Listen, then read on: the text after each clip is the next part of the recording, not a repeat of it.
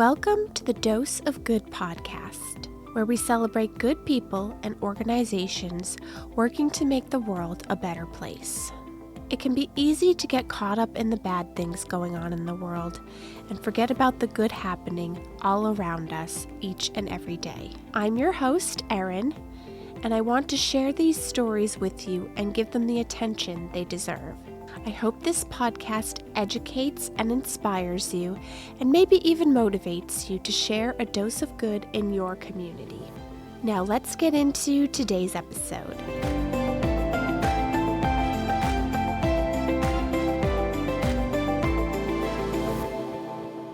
Today I have with me Emily Spencer, who just finished her year as Miss New Hampshire and was previously on the podcast, and the current Miss Inspiration, Avery Byron, to tell you about what's been going on with them, let you know more about Miss Inspiration and the current Miss Inspiration, Avery.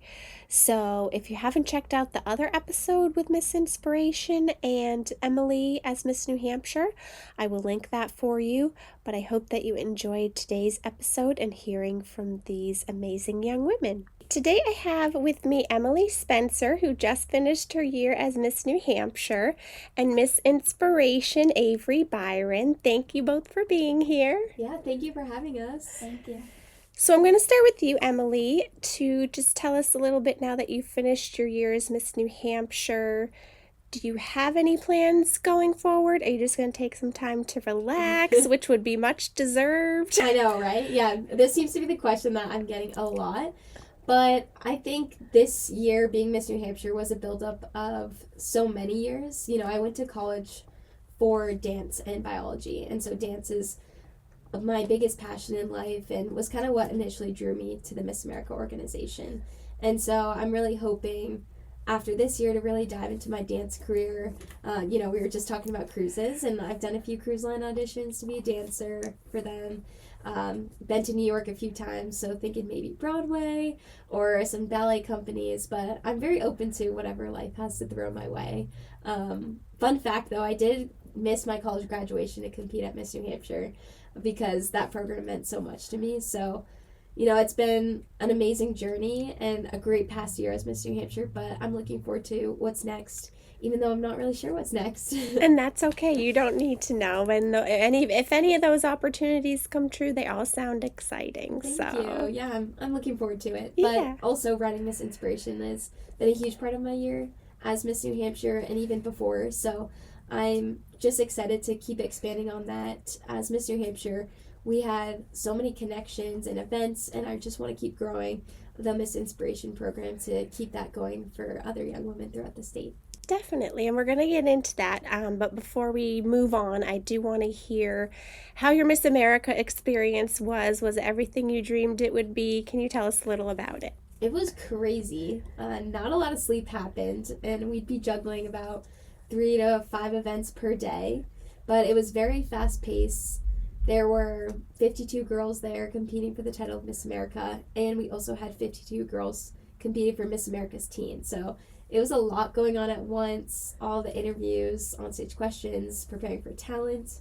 We had a bunch of production rehearsals, they'd go until probably past midnight, and then we'd have hair and makeup at 4 a.m. Oh so my gosh. It was definitely unique. That is a wild schedule. Yeah, I really went in with an open mind. I wasn't going in expecting anything. I just wanted to look back and enjoy that experience. Not a lot of people know, but when you go to Miss America, that's your only time that you're able to go. So once you represent a state, you can't go compete for another and try again at Miss America. So all of us going are in that unique position that it's all our first time and it's all going to be our only time going. Right. And so I just wanted to make the most of my experience and enjoy every second. I really loved my roommate, Miss Nevada, so we got really close. But it was definitely unique meeting someone from every state. And, you know, I'd be sleeping at night being like, wow, there's someone from every state in this hotel right now. Like, that's such a strange thought. But I just enjoyed it. It was really fun. I walked away with an award from the American Heart Association. It was a leadership award. And so that meant a lot. You know, New Hampshire's a small state, and we don't get a whole lot of national recognition, so that meant a lot to hear my name called, the state called on the national stage, and bring home some extra fun for New Hampshire. Yeah, that's great. And I think you were an incredible representative for New Thank you, Hampshire. Erin. I So appreciate it. you're welcome. What is the Miss Inspiration pageant and kind of how did you start it? Yeah, so my ironically inspiration for starting Miss Inspiration was the Miss America organization. So I felt like growing up, I was never like a big pageant person, and even I looked at pageants like, I don't know if that's for me. But right when I started, the people that I met, the way that it pushed me and kind of learning different skills in my life to really work on public speaking and walking on stage and doing a talent in front of an audience, and just the opportunities that came with it, and the leadership skills that you gain, as a title holder with the crown and sash, you stand out a little bit in the crowd. And so you are that role model to people, and people look to you. And so that was what I wanted to do, was to expand that for other young women in the state with different disabilities and create those opportunities. And so it started first as just kind of an idea, and I wasn't sure how many people would come. And it was affiliated through my cousin's senior project at school. And so we got McKelvey, and we were hoping, maybe 4 people will compete, and at least we'll have somewhat of an audience. And we ended up having 6 girls compete and a huge audience, and people just donated money that night. We raised $800 and were able to award scholarships from that. And so going into the second year, I was like, all right, we can make this something really big. And the more I talked about it, the more people were just inspired by the work, and they wanted to give themselves. And so we had it at McKelvey again. We had about, I think, 8 or 9 of you guys compete. 10 or 11. Was it? Yeah, 10 or 11, I think, this year. I'll have to go back and look at the numbers. But it was, a huge jump from last year. And I had gone into, a few schools to talk about the program and make sure that people knew about it. And so it was a lot bigger this year. I did a lot of fundraising efforts, talking to clubs in town, different organizations, Primary Bank. Brittany's Boutique gave some money, and so that for me was a big push for me, okay, this can be something real big. And then Avery walked away as our incredible winner, and she killed it that night. You should have seen her in her gown and her talent. She just stood out from miles away. And, it's not easy competing in a pageant, as I'm sure Avery can attest to as well. You're judged in every aspect of your life. They do interview, on-stage question, gown, and a talent. And so it's definitely not easy, but, once you do it and overcome those nerves, the amount of pride that you feel of yourself for the job that you just did, you can learn a lot about yourself and overcome different challenges, which I think is the best way to grow in your own life. And so, long story short, that was kind of how I started Miss Inspiration, and each year since has just wanted me to keep going and keep expanding it because of how incredibly these young women are, and I want to continue to create all those opportunities and award as many scholarships as I can. Now we're moving on to you, Avery. What made you want to enter the Miss Inspiration pageant? So how I first got introduced to it was Emily's great aunt. She is one of our close friends from the lake, and she basically kind of just told me about it and introduced me, and she said it would be a great opportunity for me, especially just getting started into pageantry. Mm-hmm. So she just thought it would be a great idea, and I thought it was going to be cool to meet new people, and open a new book. Yeah, that does sound like fun. And what did winning Miss Inspiration mean to you? It was a lot. It showed achievement and more confidence in me, that I've never felt, and I felt very proud of myself when I heard my name called. Of course, you should. Yeah, well, that's great. And can you tell us a little bit about yourself? What maybe some of your interests or hobbies are? I do dance 2 days a week, and I dance at Studio of Performing Arts. I like kids a lot, and I have 9 nephews and nieces, so I babysit them and I help out a lot. That's great. Yeah, Avery is a very talented dancer. You should tell her what you dance to at Miss Inspiration. I dance to Love Wins. And do you have a particular type of dance that you like to do? Lyrical? Oh, no, you're fine. Yeah, that's great. That's great. And she also performed that same dance at the Miss New Hampshire Tea Party. Oh, Event, so that fun. was really cool to see. But yeah, she was incredible. Oh, that's awesome. How was that, the tea party? It was so fun. I loved it. Oh, good. Is that something new that they're doing, or have they been doing that for a while? We've done that the past few years. Okay. It's for the Miss New Hampshire teen. It's kind of Oh, her kickoff, okay, send-off okay. to Miss America. Oh, nice. That's fun. Would you like to tell us maybe about some of your goals, either as Miss Inspiration or just as Avery, what some of your goals might be? One of my biggest goals is to be an amazing role model, because I look at some younger generations, and their childhood is kind of not taken away, but social media is very deceiving, and they follow whatever they see. So I'd like to make it so they don't, and just live their childhood the way they want it. I think that's a great goal and a great thing to teach other kids your age. So you are in high school, but you have a passion for makeup and cosmetology. So is that something you think you'd want to pursue in the future? Yes, I'm currently enrolled in the cosmetology program at Pinkerton, and I just got accepted to cosmetology 2 for it too. Oh, exciting. So can you tell us a little bit about what you do in those classes? So actually today we've been working on waxing. So we got to wax each other's arms. When we first started, we did braids, and then we kind of slowly advanced. We don't do dyeing hair until cosmetology 2, but we just did a haircut. We got 6 inches off. Oh, wow. Yeah. So it's That's very exciting and really cool that you get to get that experience through your school now. Now, through Miss Inspiration, did you earn some scholarships? Is that I earned $500 to go to Brittany's boutique, Oh, and nice. I could get a dress, and then $2,000 $2,500 overall. Oh, awesome. That you can use for future school and stuff. Oh, that's wonderful. Now, can you tell me a little bit about the organization? I believe you're involved with Little People of America. So it's basically a community where little people can get together and make it so everyone feels accepted and welcomed. So in the spring there's a regional, and in the fall there's a regional. And a regional is basically where little people just go to a hotel and spend the weekend, and there's a bunch of events. There's a dance, there's the teen room, there's the kids room, there's a bunch of meetings for an adult, an adult, say you had a child and you've never experienced a little person, you get to learn. There's doctors that go so you can learn more. There's a bunch you can do.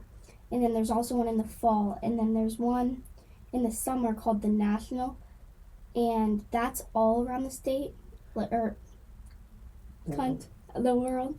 But then the regional is just D1, which is Maine, Vermont, New Hampshire, Mass, Rhode Island, Connecticut, and yeah. Oh, and nice. those states can go to the D1 regionals. That sounds like a really fun, cool opportunity, and they have some great events there.